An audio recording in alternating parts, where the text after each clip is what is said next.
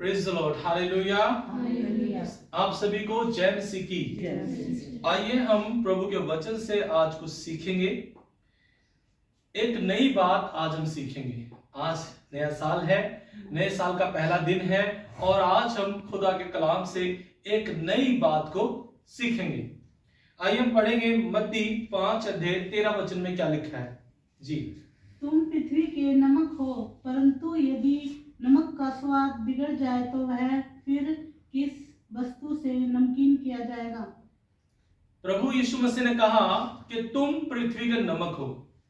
प्रभु यीशु ने अपने चेलों से कहा, अपने चेलों से यीशु मसीह ने कहा कि तुम पृथ्वी के नमक हो, लेकिन अगर नमक का स्वाद बिगड़ जाए तो वो फिर किस काम का नहीं है। वो किसी भी काम का फिर नहीं है अगर स्वाद बिगड़ जाए। केवल इसके के बाहर फेंका जाए और मनुष्य के पैरों तले रौंदा जाए। यीशु मसीह ने अपने चेलों से कहा कि तुम पृथ्वी के नमक हो। आप यीशु मसीह के चेले हैं, आप यीशु मसीह पर विश्वास करते हैं। और अगर आप प्रभु यीशु पे विश्वास करते हैं, अगर आप प्रभु यीशु मसीह के चेले हैं, अगर आप प्रभु के दास हैं, तो प्रभु ने अपने दासों से कहा है कि तुम पृथ्वी के नमक हो।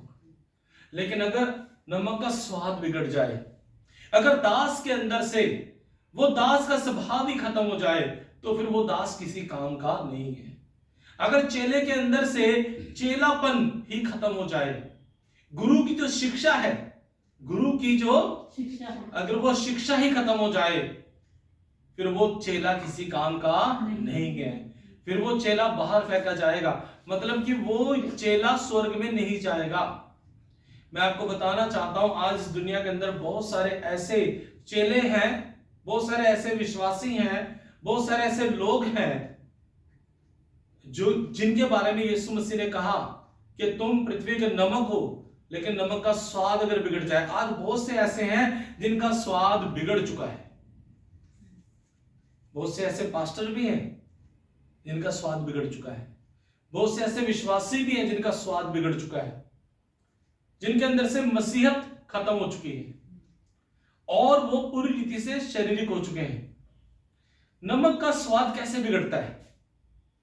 नमक का स्वाद कैसे बिगड़ता है? अगर नमक के अंदर मिट्टी मिक्स हो जाए, अगर नमक के अंदर क्या हो जाए, मिट्टी मिक्स हो जाए, तब उसका स्वाद बिगड़ जाएगा और आप उस मिट्टी को उस नमक के अंदर से अलग नहीं कर सकते।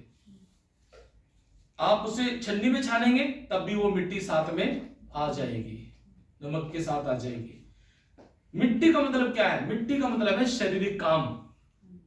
जैसे कि गलातियों में लिखा है, गलातियों 5:19 से अगर आप पढ़ें तो उसमें लिखा है कि शरीर के काम तो प्रकट है। सबसे पहले लिखा अर्थात व्यभिचार।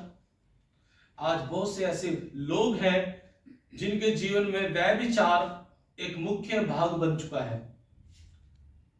बहुत से ऐसे लोग हैं जो मसीह के कहलाते हैं, यीशु मसीह के कहलाते हैं।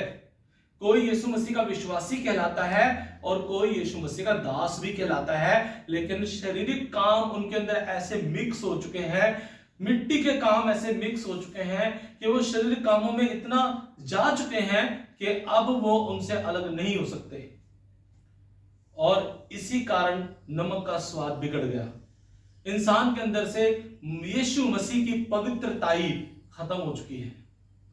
यदि नमक का स्वाद बिगड़ जाए तो वो किसी काम का नहीं, और यदि एक चेले के अंदर से पवित्रता ही खत्म हो जाए तो वो किसी काम का नहीं। अगर उसके अंदर से मसीह का प्रेम खत्म हो जाए, परमेश्वर से प्रेम खत्म हो जाए, मेरे प्रियो, जो इंसान परमेश्वर से प्रेम करता है वो कभी भी पाप के साथ समझौता नहीं करता, गुनाह के साथ समझौता नहीं करता। जो इंसान प्रभु से प्रेम करता है, जो चेला यीशु से प्यार करता है, वो गुनाह से मुंह फेर लेता है, वो अपनी गलती को मान लेता और छोड़ भी देता है। खुदा के कलाम में लिखा है कि जो अपने अपराध को छिपाए रखता है उसका कार्य कभी सफल नहीं होता, लेकिन जो अपनी गलती को मान लेता है और उसे छोड़ भी देता है, उस पर दया की जाएगी। Hallelujah, hallelujah. तो मेरे प्रियो, आज हमें इस बात को जांचना और परखना है कहीं ऐसा तो नहीं कि शारीरिक काम मेरे जीवन में मेरी जिंदगी का हिस्सा बनते जा रहे। नफरत करना, कड़वाहट करना, क्रोध करना, गालियां देना और बुरी बातें बोलना और बुरी बातें सोचना, वह विचार में जीवन व्यतीत करना, आज हमें इन सब बातों को अपने अंदर से जांचना है, परखना है। और अगर ऐसा है तो इन सब चीजों को निकाल दीजिए, नहीं तो ये चीजें आपके अंदर से नमक के स्वाद को बिगाड़ देंगी, यानी कि मसीह का जो प्रेम है, मसीह की जो पवित्रताई है, उसे ये चीजें खत्म कर देंगी। और यदि नमक का स्वाद बिगड़ जाएगा फिर वो बाहर फेंका जाएगा। जिस इंसान के अंदर पाप होगा वो स्वर्ग में नहीं जाएगा, चाहे वो यीशु का चेला ही क्यों ना हो, चाहे वो बहुत बड़ा पास्टर क्यों ना हो, चाहे वो कोई भी हो, जिसके जीवन में पाप है वो स्वर्ग में नहीं जाएगा। इसलिए आज हमें अपने आप को देखना है, परखना है कि मैं प्रभु में सही रीति से चल रहा हूं या नहीं चल रहा हूं। और ऐसा करने के लिए हमें क्या करना पड़ेगा? हमें लगातार बाइबल पढ़नी है। क्या करना है? लगातार बाइबल पढ़नी है। हमें बाइबल पढ़ना है और प्रार्थना करना है। जब हम बाइबल पढ़ते रहते हैं और प्रार्थना करते रहते हैं, पवित्र आत्मा हमें चलाता रहता है, हमें हर पाप से, हर गुनाह से वो बचाता रहता है। Hallelujah, hallelujah. प्रार्थना के द्वारा और परमेश्वर के वचन के द्वारा हमें आत्मा में बल प्राप्त होता है और हम शरीर की बातों पर विजय प्राप्त करते जाते हैं। इन वचनों के द्वारा प्रभु आप सबको आशीष दे। आप सबको happy new year, God bless you. सबको जय मसीह की।